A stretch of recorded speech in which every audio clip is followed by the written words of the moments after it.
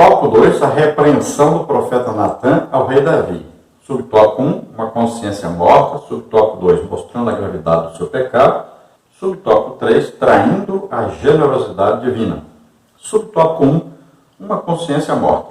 Tudo nos leva a crer que Davi não iria confessar seus pecados. Havia se passado um ano e para ele todas as coisas estavam normais, mas Deus não o deixaria impune. Note o quanto a Bíblia é maravilhosa. Ela não esconde o pecado de ninguém. Esse procedimento, além de revelar a justiça divina, mostra que o compromisso do Senhor é para com os que andam em sinceridade, não importando a posição que exerçam, pois se pecarem, pagarão pelos seus pecados. Ezequiel 33:12. A consciência do rei Davi estava morta. Foi necessária uma alegoria do profeta Natan, relatando a ação de um homem rico, que, pela força, se apropriara da cordeirinha única e amada de um pobre. O rico, apesar de possuir um grande rebanho, recusou-se a lançar mão de suas muitas ovelhas.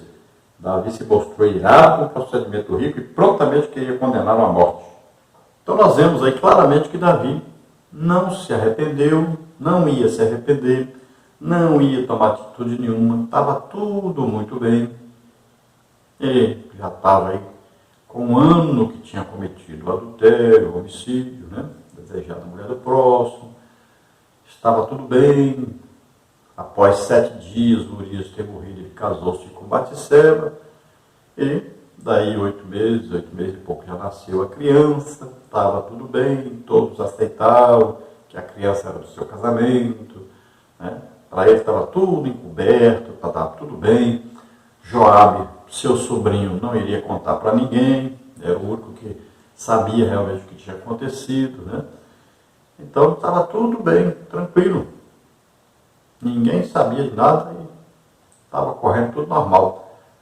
Só que Deus resolveu agora intervir. Por que isso? Veja bem, se a pessoa é justa, tudo bem. Isso é obrigação de todos que seguem a Deus, que servem a Deus.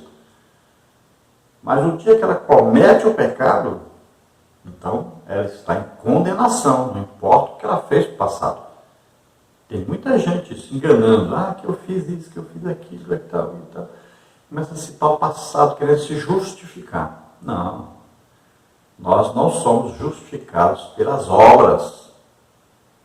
Então você pode ser a melhor pessoa do mundo, mas você pecou, pronto. Você está em situação de afastamento de Deus. E se você morrer agora, você está perdido. Então cuidado com essas falsas teologias que andam por aí, que uma vez salvo, salvo para sempre, que Deus já escolheu quem vai ser salvo, quem vai para o inferno. Isso não existe. Cuidado com isso. Cuidado com essas falsas teologias, principalmente o calvinismo. Cuidado. A Bíblia é bem clara e advertir. Se você pecar, permanecer no pecado, Jesus chega, você fica. Pode ser quem for, pode ter comprado tudo que acontecia aí, que tinha aí para Deus, pode ter feito muita coisa para Deus, não importa. Fica mesmo. Entendeu? Então tome cuidado com o pecado.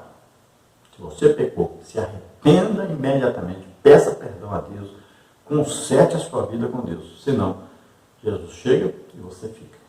Agora existe o outro lado que às vezes muita gente não consegue entender. Então a pessoa foi ímpio, não vale nada, uma pessoa má, pessoa que matou, roubou, prostituiu, fez tanta coisa errada. Mas de repente ele se arrepende, pede perdão, aceita Jesus como Senhor e Salvador. E Jesus chega e pronto, está salvo. Olha só. O outro foi justo a vida inteira, mas Jesus chegou e está em pecado. Perdeu a salvação. E é assim que funciona. Olha o ladrão na cruz. Ele tinha pouquíssimos minutos de vida. E ainda foi salvo. Apesar de ser um ladrão. Apesar de estar ali, merecendo estar ali. Veja só. E foi salvo. Já o Judas, olha, ele andou com Jesus, ouviu Jesus, foi junto com os outros fazendo milagres. Veja só. E perdeu a salvação. Veja só. Que coisa impressionante. não confiou no perdão de Deus e ainda cometeu um assassinato, ou seja, matou-se a si mesmo. Agora veja bem que quando Natan conta a história para Davi, do homem rico, né, que tinha muitas ovelhas, muito gado, mas chegou um viajante na sua casa, ele vai e pega a única ovelhinha do homem pobre e mata essa ovelhinha para oferecer ao viajante. Então Davi diz que esse homem tem que morrer, tem que restituir 4 vezes mais. E assim, as pessoas quando estão em pecado, olha só que coisa interessante, elas querem aplicar o juízo sobre os outros. Ficam duríssimas querendo aplicar o juízo sobre os outros. Olha só, não sabe que ao condenar os outros, está se condenando a si próprio. Veja só. Então a pessoa mesmo se condena. Olha, a Bíblia diz o quê? Pelas tuas palavras serás justificado. Veja só. Então você, anti-santidade, se você quer olhar e corrigir, é importante. Nós temos a função de condenar o pecado, onde quer que ele esteja. Nós temos a função de ensinar a verdade, o caminho certo. Temos que mostrar que o pecado tem condenação sobre ele. É importante. Agora, ande direito, ande em santidade. Porque senão, ao acusar, ao querer o juízo dos outros, mesmo juízo que você quer sobre os outros, vem sobre você. Subtópico 2, mostrando a gravidade do seu pecado. A semelhança de Samuel e Elias, Natan age com energia e coragem para com Davi, denunciando-lhe os gravíssimos pecados. Aliás, o indicativo, tu és este homem, foi como uma espada traspassando o coração do rei. Não poderia ser de outra forma, pois Davi, além do adultério, cometeu o crime de homicídio, envolvendo outras vidas. Ele violou o decálogo, que imperativamente diz para não adulterar e não matar. Êxodo 20, 13 e 14. O adultério é um tipo de relação sexual ilícita, é um pecado contra a família. Acontece primeiramente no coração, Mateus 5, 28, evidenciando a falta de pureza na vida. Toda relação sexual, antes e fora do casamento, é proibida terminantemente pela Bíblia. Não poderia haver suavidade para o pecado de Davi em relação ao adultério, pois ele atingira uma família, e do tocante à morte de Urias, tirou injustamente a vida de um soldado honrado, leal e valente. Natan, portanto, anunciou a desaprovação de Deus e a sentença de juízo que viria sobre o rei. Então a atitude do profeta Natan é a atitude como o profeta Samuel, como Elias, né?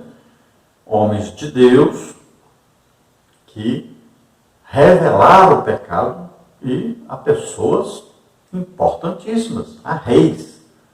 Olha, Samuel repreendeu Saul, Elias repreendeu Acabe, veja só.